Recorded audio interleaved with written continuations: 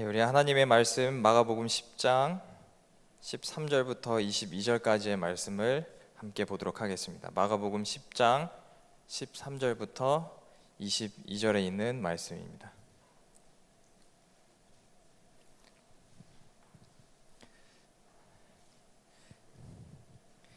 마가복음 10장 13절부터 22절, 제가 홀수절을 읽으면 우리 성도님들께서 짝수절을 읽어주시면 감사하겠습니다.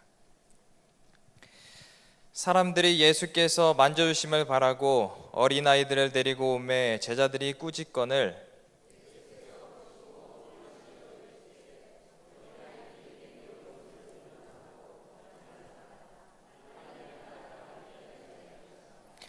내가 진실로 너희에게 이르노니 누구든지 하나님의 나라를 어린아이와 같이 받들지 않는 자는 결단코 그곳에 들어가지 못하리라 하시고,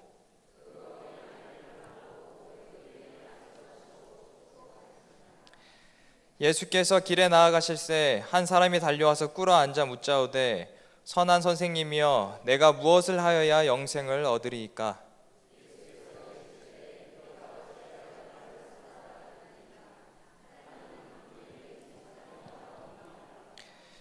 내가 계명을 안 하니 살인하지 말라, 간음하지 말라, 도둑질하지 말라, 거짓 증언하지 말라, 속여 빼앗지 말라, 내 부모를 공경하라 하였느니라.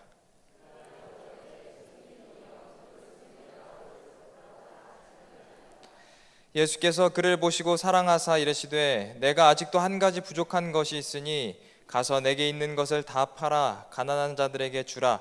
그리하면 하늘에서 보화가 내게 있으리라. 그리고 와서 나를 따르라 하시니,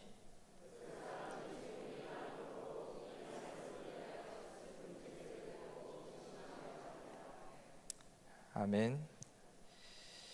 오늘 저는 부족한 한 가지라는 제목으로 말씀을 나누고자 합니다.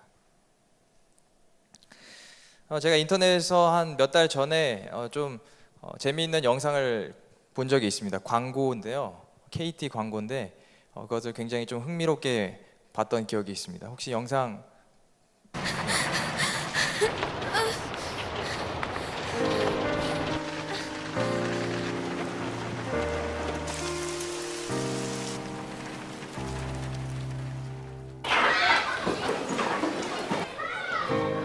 왠지 오늘따라 마음이 아픈지 했더니 오늘은 그대가 날 떠나가는 날이래요. 항상 나는 이렇게 외로운 사랑을 하는지 도무지 이해가 안 가는 이상한 날이에요. 왜 그래? 데이터. 나만 이런 세상을 살고 있는 것 같아요. 네, 잠깐 여기까지만 보겠습니다. 여기 뒤에 부분은 여러분들 아시겠지만 사랑이 이루어지지 않습니다. 너무 간단하고 명확한 결과이죠. 이렇게 데이터가 부족해서 원하는 시간대에 답장을 하지 못해서 이렇게 사랑이 이루어지지 않는 슬픈 결말입니다. 여기 2편도 있는데요. 2편에는 이제 친구와 우정과 사랑 사이에서 고민하는 우리 초등학생들의 모습을 아름답게 담아내는 영상이 2편에 있습니다. 이걸 보면서 제가 초등학교 때는 코만 흘리고 다녔던 것 같은데 요즘 애들은 핸드폰으로 저런 것도 하는구나 라는 생각도 들었지만 요즘 애들이 참 뭔가 빠르구나, 뭔가 많은 것을 빨리 알아가고 또 익혀가고 있구나 라는 생각을 하면서 요즘 애들이 참 많이 성숙해졌다라는 생각을 하게 됩니다. 동네 놀이터에서 4살 그리고 5살 꼬마들이 모여서 재밌게 소꿉놀이를 하고 있었습니다. 놀이터에서 이 옆을 지나가던 아이들이 말했어요. 6살짜리가 말했습니다. 6살짜리가 4, 5살짜리를 보면서 나도 저런 시절이 있긴 했는데. 그랬더니 옆에 지나가던 7살짜리가 말했어요. 야, 생각하면 뭘 해? 다 지나간 일인데. 그 옆에 지나가는 8살짜리가 말했습니다. 아휴, 난 학교 갔다 오면 쟤들 보는 재미에 산다니까. 귀엽죠? 또 이렇게 즐거운 이렇게 성숙한 이야기들과는 반대로 그 나이 때 행복하고 즐거워야 하는 표정들과 반대로 열악한 환경에서 또 총을 들거나 벽돌을 들고 어렵게 살아가는, 나이에 맞지 않게 살아가는 친구들 볼 수도 있습니다.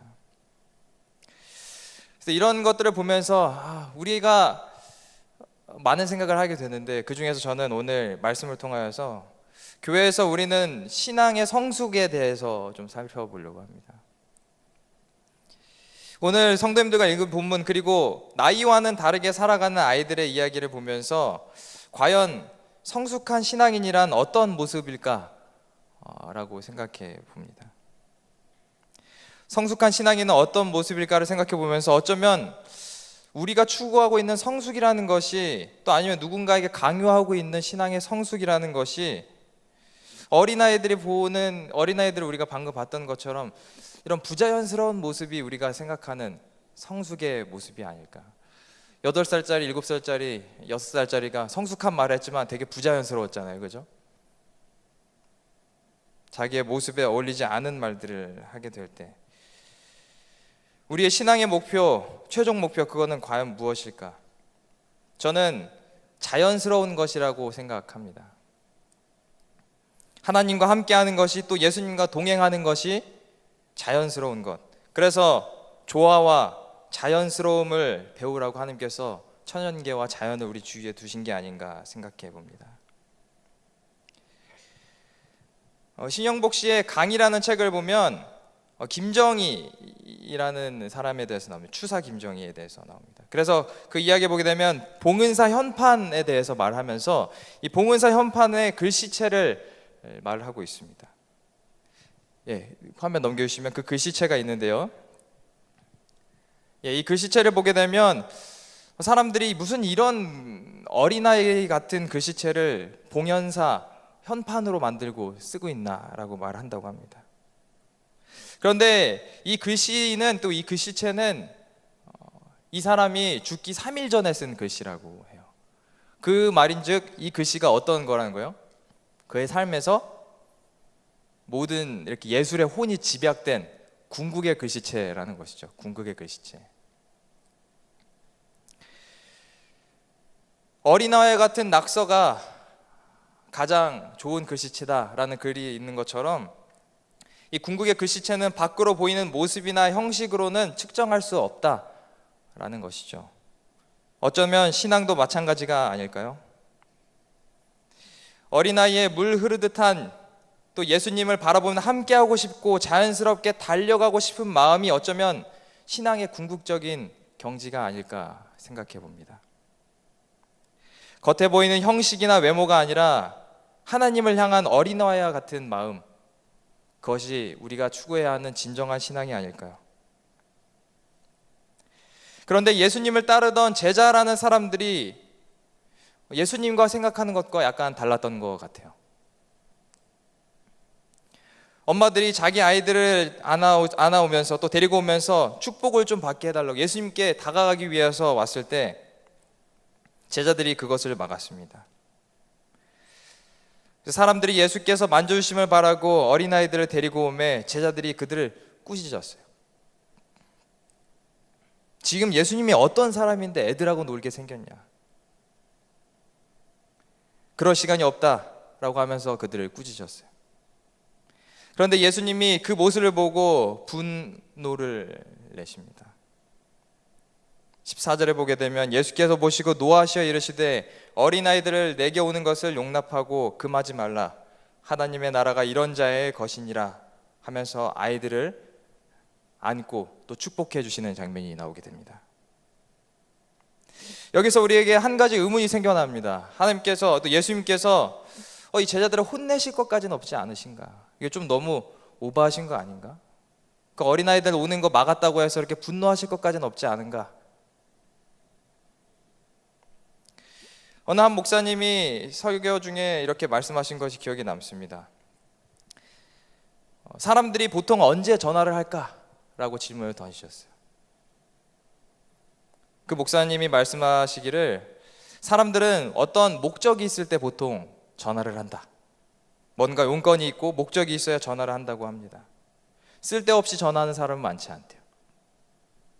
그런데 목사님은 그 쓸데없이 무슨 일이 없는데도 전화하는 사람이 참 좋다고 말씀하셨습니다. 시대의 소망 56장에는 이렇게 기록하고 있습니다. 예수께서는 언제나 아이들을 사랑하셨다. 그분은 그들의 어린아이다운 동정과 편견 없고 변함없는 사랑을 받으셨다. 그들의 순결한 입술에 나오는 감사의 찬양은 그분의 귀에 음악이 되었고, 교활하고 위선적인 사람들과 접촉하심으로 말미암아 억눌려 있던 그분의 정신을 상쾌하게 하였다. 당시 예수님께 온 사람들은 거의 목적이 뚜렷한 사람들 투성이었습니다. 예수님이 뭔가 유명해서 예수님 얼굴 한번 보려고 온 사람도 있을 것이고, 또 예수님이 유명해지니까 뭔가 따라다니면 뭔가 얻을 것이 있지 않을까, 아니면 예수님을 시기해서 감시하기 위해서 따라온 사람들, 또는 진짜 치료의 목적, 예수님이 병을 낫게 한다더라, 치료의 목적을 가지고 온 사람들도 있을 것입니다. 어쨌든 간에 대부분 사람들에게는 목적이 있었습니다. 예수님에게 찾아온 목적이. 그 대표적인 사람이 오늘 어린아이들을 축복하시는 장면 이후에 우리가 같이 읽었던 부자 청년 관원에 대한 이야기입니다. 이 청년 관원은 예수님께서 아이들을 사랑하시고 안아주시고 천국은 어린아이들과 같은 사람들이 가는 거야 라고 축복하신 장면을 보고 있었습니다. 그리고 용기를 내어서 예수님께 다가가서 물었습니다. 내가 무엇을 하여야 뭘 얻는다고요? 영생을 얻으리까. 그는 영생을 구하고 있었습니다. 그렇다면 반대로 아이들은 예수님께 왜 나왔을까요? 엄마가 시켜서 나왔을까요? 여러분도 아시겠지만 어린아이들은 자신이 하고 싶어 하지 않는 거, 그리고 싫어하는 사람을 찾아가지 않습니다. 그래서 저를 잘 안 찾아와요. 아이들이 자꾸 보고 울고 막 그랬었습니다. 마음에 없는 행동을 아이들은 잘 할 수가 없습니다. 마음에 없는 행동을 하는 사람들, 그리고 마음에 없는 말을 하고 마음에 없는 행동을 하는 사람들은 보통 어른들입니다. 또 아이들의 사귐에는 목적이 없는 경우가 많습니다. 제가 뭔가 잘 살 것 같아. 제가 뭔가 잘생겼어. 요즘은 안 그러나요? 모르겠는데 아무튼 저 때는 그냥 놀이터에 같이 옆에 있어가지고 친해졌어요. 쉽게 마음을 열고 좋으면 가까이 다가가는 것이 아이들입니다.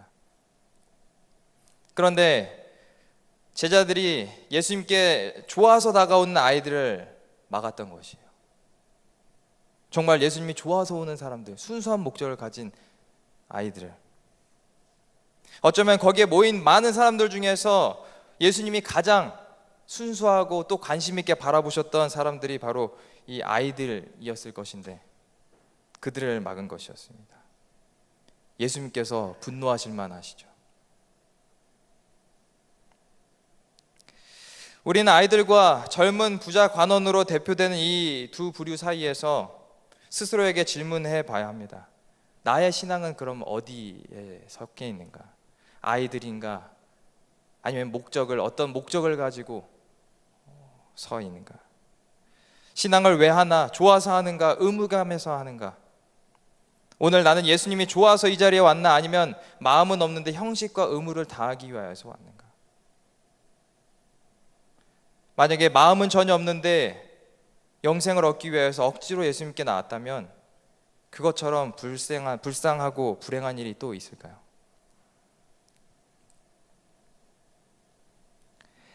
부자 관원과 비슷한 목적을 가지고 예수님을 찾아왔던 또 한 사람이 있었습니다. 그는 예수님이 사역 초기에 만났던 니고데모라는 사람이었어요. 그는 지식적으로나 지성으로 신앙의 세계를 이해하려고 했습니다. 그리고 예수님도 이해하려고 노력했어요. 그래서 예수님을 선생님이라고 부르면서 사람들의 눈을 피해 밤중에 찾아옵니다. 그런 그에게 예수님께서 바로 돌직구를 날리시죠. 진실로 진실로 내게 이르노니 사람이 뭐하지 않으면, 거듭나지 않으면 하나님의 나라를 볼 수 없다. 내가 생각하는 것처럼 천국이라고 하는 것, 신앙이라고 하는 것은 어떠한 형식이나 행함, 지식 이런 게 아니라 그런 차원을 넘어서는 것이다. 십계명을 잘 지켰다고 자부하는 청년 관원, 지식에 있어서 최고봉에 올랐다고 생각하는 이 학자, 그들에게 부족한 것이 한 가지 있었습니다. 그들은 열심히 공부했기 때문에 모든 것을 다 안다고 생각했습니다. 그런데 그게 문제였습니다. 그들은 마음이 빠진 율법을 지키는 신앙을 했기 때문에 어느새 더 이상 나아가고 지킬 신앙, 지킬 것이 없었어요. 그들에게 신앙생활이란 전혀 새로울 것이 없는 종교적인 의무와 습관적인 반복만 존재하였습니다. 자신의 삶과는 아무런 관련이 없는, 적용되지 않는 그저 종교적 지식을 공부하고 암기하는 불쌍한 신앙인이 되어버렸습니다. 그런 그들에게 한 가지 부족한 것은 바로 거듭남이었습니다. 바로 다시 아이가 되는 것이었죠. 순수한 목적을 가지고 매일매일 거듭나서 처음 사랑을 회복하는 경험이었던 것입니다. 그들의 발목을 잡고 있던 것은 다름 아닌 그들이 자랑스러워하던 세상의 자랑과 신앙의 성취였습니다. 다른 사람들과 비교해 봤을 때 부족한 것이 없었던 그들이 예수님께 나온 이유는 어쩌면 다른 것이 아니고, 잘했다, 너 같은 사람이 천국에 갈 사람이야 라는 예수님의 인정이 필요했던 건 아닐까요? 뚜렷한 목적이 없어도 그저 순수하게 사람을 만났던 어린아이들과는 굉장히 대조적인 모습입니다. 우린 스스로에게 다시 묻습니다. 오늘 내가 예수님께 진짜 나온 이유는 무엇인가? 진심으로 예수님 앞에 무엇인가 배우러 왔는가? 아니면 나는 괜찮은 그리스도인이라는 것을 인정받고 증명하기 위하여서 나왔는가? 나는 정말 예수님을 좋아해서 교회를 다니는가? 아니면 영생을 그저 얻기 위하여서 교회를 다니는가? 17세기의 사상가였던 파스칼이 도박 이론이라는 걸 제시했습니다. 그가 말했습니다. 신을 믿는다면 별다른 손해를 보지 않고 영원을 얻을 수 있지만 천국의 제안을 거절하면 자칫 모든 것을 잃는다. 되게 좋은 말처럼 보이지만 이 사람이 주장했던 것은 하나님을 믿어서 천국이 있으면 좋은 거고, 천국이 없다 하더라도 손해볼 거 없으니까 뭐 하는 게 낫다? 그냥 믿는 게 낫다.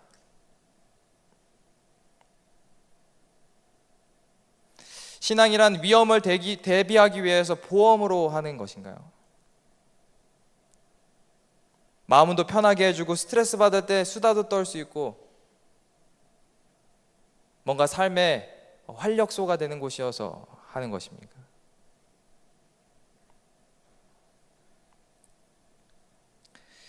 좀 길지만 시대의 소망에 있는 글을 또 읽도록 하겠습니다.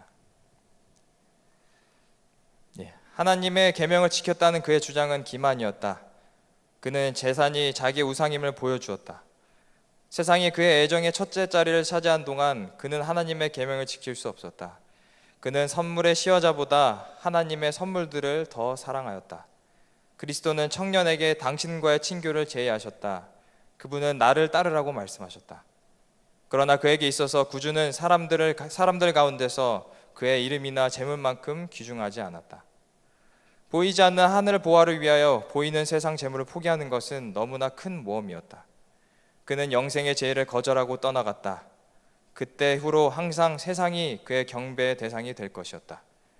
무수한 사람들이 이와 같은 호된 시련을 통과하면서 그리스도와 세상을 저울질하고 있다. 많은 사람들이 세상을 택한다. 그들은 젊은 관원처럼 나는 이분을 나의 지도자로 모시지 않겠다고 마음속으로 말하면서 구주로부터 돌아선다. 모든 율법을 지켰다고 자부했던 이 젊은 관원, 그를 향하여서 예수님께서 사랑하는 마음으로 말씀하셨습니다. 그런데 그 청년이 예수님의 대답을 듣고 근심하면서 떠났어요. 다 너가 가진 거 다 팔아서 나눠주고 이제 날 따라라. 그랬을 때 그는 순종하지 못하고 근심했습니다. 그리고 예수님을 떠나갔습니다. 그런데 우리가 반대로 생각해서 만약에 아이들에게 똑같은 제의를 했다면, 야, 누구누구야, 어떤 꼬마에게 누구누구야, 너 통장에 이거 얼마 있잖아, 그 옆집 옥탑방에 사는 저 할머니, 어려운 할머니 도와주면 어떨까? 그렇게 물었다면 아이들이 뭐라고 대답했을까요? 아마 그냥 사탕 하나고도 다 바꿨을 거예요.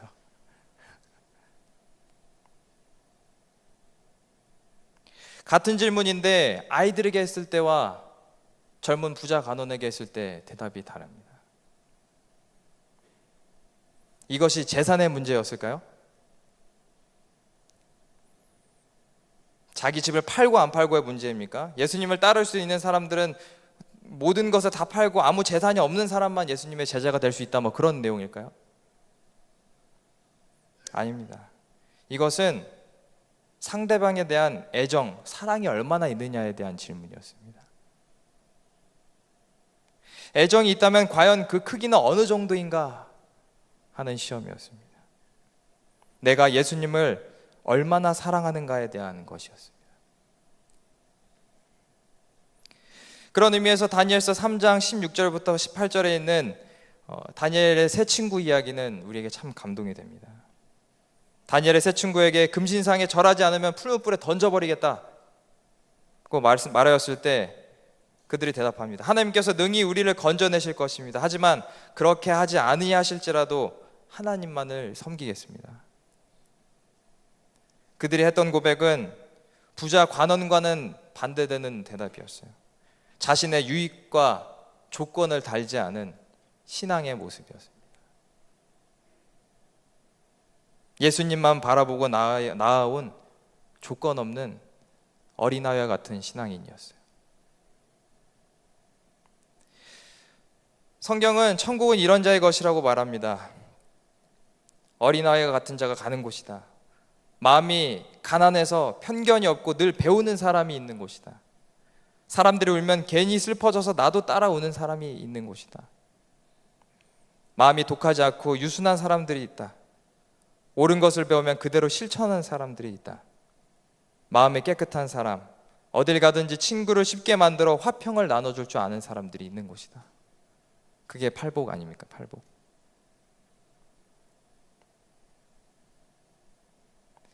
오해받기 십상이지만 옳은 일을 아무 생각 없이 하다가 쓸데없이 핍박까지 받는 사람, 그런 사람들이 바로 어린아이와 같은 사람들 아닐까요? 우리는 주님께 와서 묻습니다. 어떻게 하면 영생을 얻을 수 있습니까? 그러면 예수님께서 대답하십니다. 내게 한 가지 부족한 것이 있으니 그것은 너의 전 재산을 다 팔아라 하는 것이 아니라, 그런 엄청난 도전을 주시기보다는 내가 정말 사랑하고 있는 것이 무엇이냐. 후일에 베드로에게 하셨던 질문처럼 내가 나를 사랑하느냐 라는 질문이 이 내용이었습니다.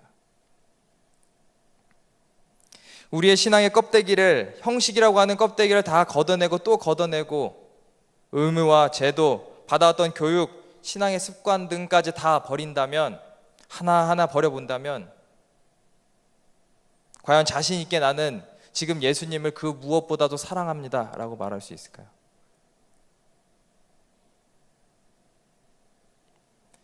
시대소망 520페이지에는 이런 말씀을 기록하였습니다. 그리스도께서는 관원의 마음을 읽으셨다. 그에게 부족한 것이 한 가지밖에 없었지만 그것은 대단히 중요한 요소였다. 그의 심령 속에 하나님의 사랑을 필요로 하였다.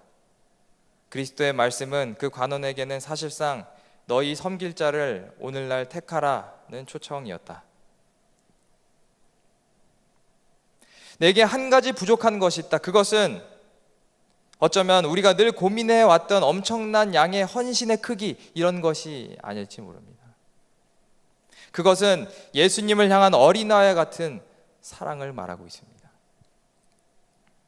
조건이 달려있지 않는 사랑, 어떠한 목적 때문이 아닌 예수님이 진짜 좋아서 이 자리에 앉아 있는 것. 그래서 때론 삶이 내가 의도한 대로 되지 않아도 그리 아니하실지라도 의심하지 않는 예수님을 향한 사랑.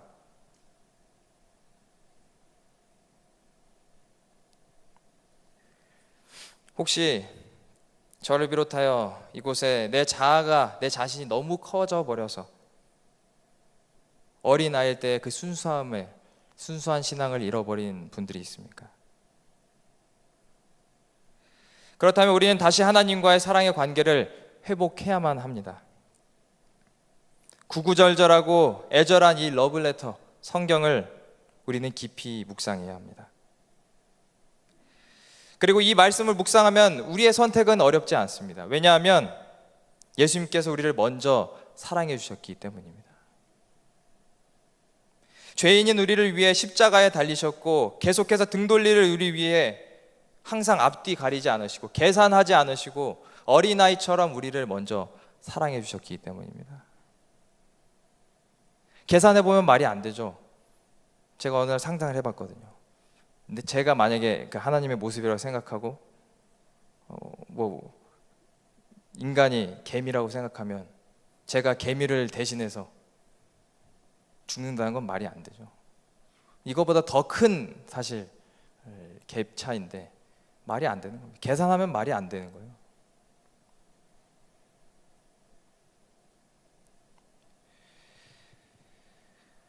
이미 하나님께서는 또 예수님께서는 사랑을 보여주셨습니다. 또한 우리가 언제 돌아올까 탕자를 기다리는 버선발로 기다리는 아버지의 마음을 이미 성경을 통하여서 우리를 비추고 계십니다. 부족한 한 가지를 채우는 것이 엄청나게 노력하고 힘든 것처럼 보이지만 하나님께서 먼저 찾아오시고 이미 사랑하셨습니다. 우리는 아이처럼 순수한 마음으로 편견 없이 사랑을 받아들이고 가식과 계산 없이 반응하고 표현하면 되는 것입니다. 오늘 이 아이와 부자 간원의 이 이야기를 통하여서 저는 정말 순수하게 하나님 앞에 제 자신을 비춰봅니다. 내가 어디에 서 있을까? 부자 간원처럼 하나님께서 지금 나에게 말씀하신다면 내가 부자 간원과는 다른 대답을 할 수 있을까? 조그만 거에도 화내고 지기 싫어하는 내가 과연 그런 선택을 할 수 있을까? 고민을 해봅니다.